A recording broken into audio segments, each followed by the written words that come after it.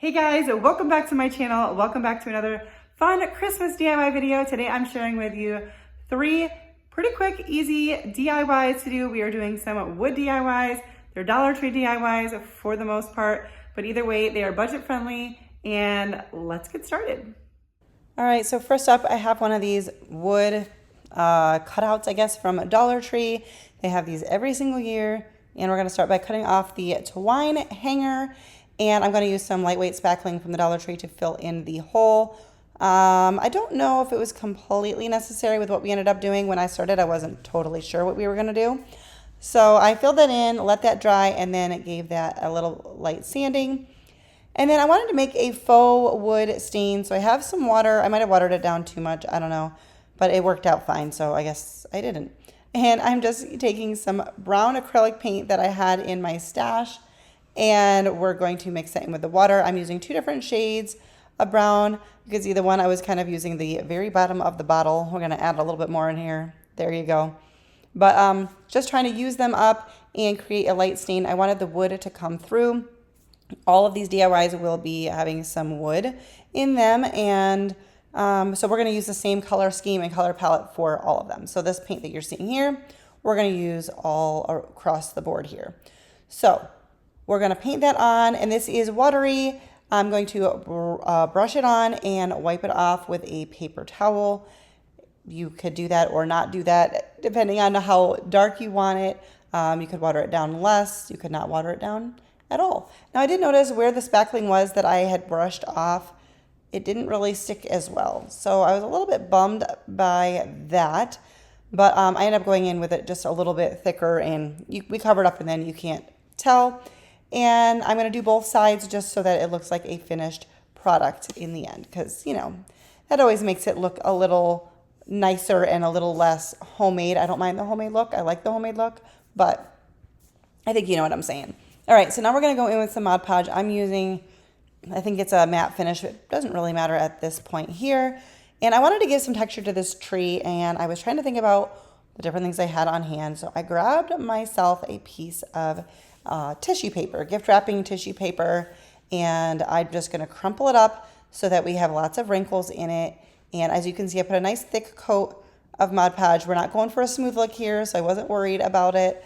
It would be really hard to get a smooth finish with tissue paper anyway with this method, just because it's so thin. And I'm just going to put some down there, and then a little bit, whatever's on my brush, kind of laying it, kind of tapping it gently. And I ended up doing 2 layers of the tissue paper. So I'm just using my heat gun to dry that. Not too much, because the heat can actually reactivate the Mod Podge. But anyways, I'm just cutting off the pieces here and the edges, the extra on the edges, and we're going to apply more of it. I just wanted a little bit more. It wasn't as textured as I wanted. So I probably could have skipped the painting of the underlayer, because we are going to paint on top.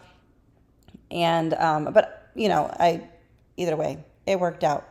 I literally was figuring this out as I went. I was like, I knew I wanted to do a tree. I just wasn't totally sure how I was going to get the texture that I wanted. Anyways, once that's dry, you do want to let this completely dry. I'm doing this real speed right here, and then we're going to speed it up.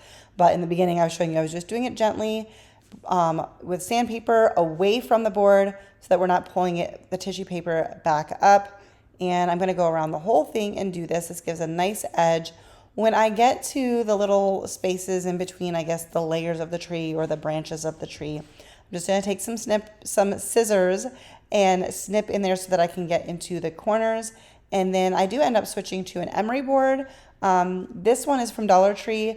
The individual ones from Dollar Tree are better than like the 3-packs. The 3-packs are just so flimsy. But these emery boards do work really great for this, as well as the sanding block or sandpaper rather. Okay, so now we're going to go back in with more of that brown, and I'm trying to go to some of the thicker parts of that dish that I mixed in, like around the edges, to get a little bit more of a dense color. And this is all up to your preference. You can also go ahead and do green. And once that's dry, you want it dry. I'm using a chippy brush with just a little bit of white paint, and we're going to bring out all of those crinkled, textured edges or pieces, and we're just going to go over this to your liking. And then see, you can see the little wrinkles pop up there. And then I'm going to go a little bit heavier around the edges where kind of snow would lay on the branches. So it's more of like a rustic snowy tree, because obviously trees would be green, not brown. But once again, do this how you like. All right, so I wanted a stand for my tree, and I've got one of these wood blocks from the Dollar Tree in my miter box saw. I really am showing you very little of this. This was a very lengthy process. My head gets in the way over and over again. But the block is very solid wood. It is also like the height of the box. So at first my saw was not going in the grooves, which is kind of what keeps it steady and keeps you from chopping your finger off. But I did ultimately do this. I sawed a line across, but then I needed to widen it a little bit in order for the tree to get in there. So there's probably an easier way of doing this, probably like a power saw, and my husband did offer. I should have just taken him up on that. Not with a power saw, we don't have one of those, but he was offering to do that by hand. But I got it done, and that's what matters. But you can use some tumbling tower blocks, something else to build a stand, and then I'm just painting it once again with that brown paint, going over it a little bit thicker, and I did not wipe it off. I just let it dry.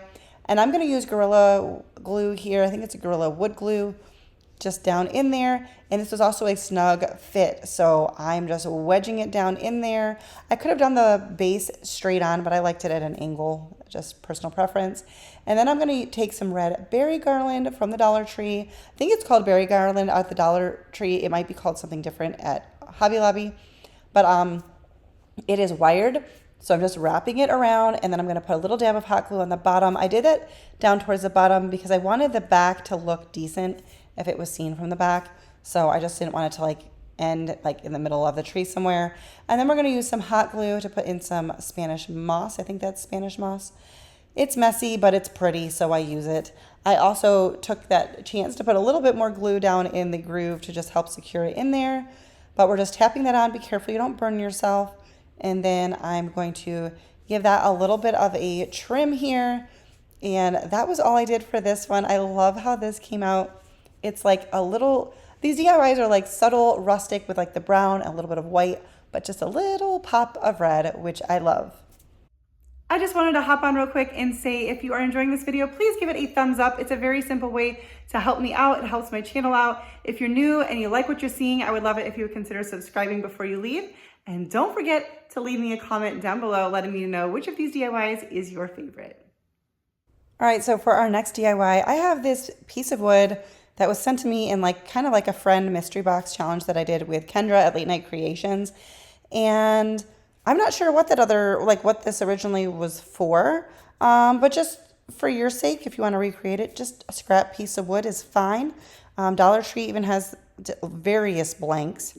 So lots of options for this, but this is what I had on hand. So I painted it with that little faux stain. These stencils from Hobby Lobby are fantastic. I now have 3 different sets. 2 of them have the Merry Christmas on it, but they even had another one that I didn't get. One I picked up years ago, and then I picked up 2 more this year. You'll see both of them in today's video. They're $2.99, but their Hobby Lobby has their Christmas stuff 50% off, so $1.50 for two stencils. I'm having trouble with my words. I'm going to blame it on the dental work I had earlier today, but nonetheless, we're going to stencil this on. So this was perfect for the size piece of wood that I had. I just taped it down with some painter's tape, and then I did hold down each spot to make sure that we didn't have any bleed through. I didn't put too much paint on my pouncer, and I loved how it came out. Absolutely wonderful. But I wanted to add a little touch, a little detail. So this is like Dollar Tree's version of washi tape. It's great. It's nice and thin. So I'm using it like painter's tape to create a couple of thin lines, which I just kind of have to eyeball the distance between the pieces. And then I did put some painter's tape on the edge because the wood was exposed a little bit and on the inside, so I didn't accidentally get any red on the rest of this. And once again, little pouncer brush, just a little bit of red paint. I'm using Crimson by Waverly, and just don't go too heavy because you don't want any bleed through. Peel it off, the tape off while it is still wet. And I loved this cute little detail, just a little hint of red stripes. Fully dry now because you don't want to sand it when it's wet. And I'm just roughing it up a little bit, kind of dulling down some of the edges and then wiping it off. You could also seal this with some Mod Podge or some DIY wax. I did not do that, but I may go back and use the DIY clear wax. I just kind of ran out of time. But I love how this one came out. It's simple, it's cute. It's got that pop of red, which I love. And yeah, love that one. Okay, so for our final DIY, this is one of those wood house pieces from the Dollar Tree. I've seen them, then I didn't see them for a while, then I saw them again. But this would also be easy to cut out of some scrap wood. I used my heat gun to help me get the sticker off. Just wanted to show that to you if you haven't seen that done. It helps a lot. And we're wiping on, or brushing on, wiping off, and I'm gonna do the front, all of the edges, and I do the back as well.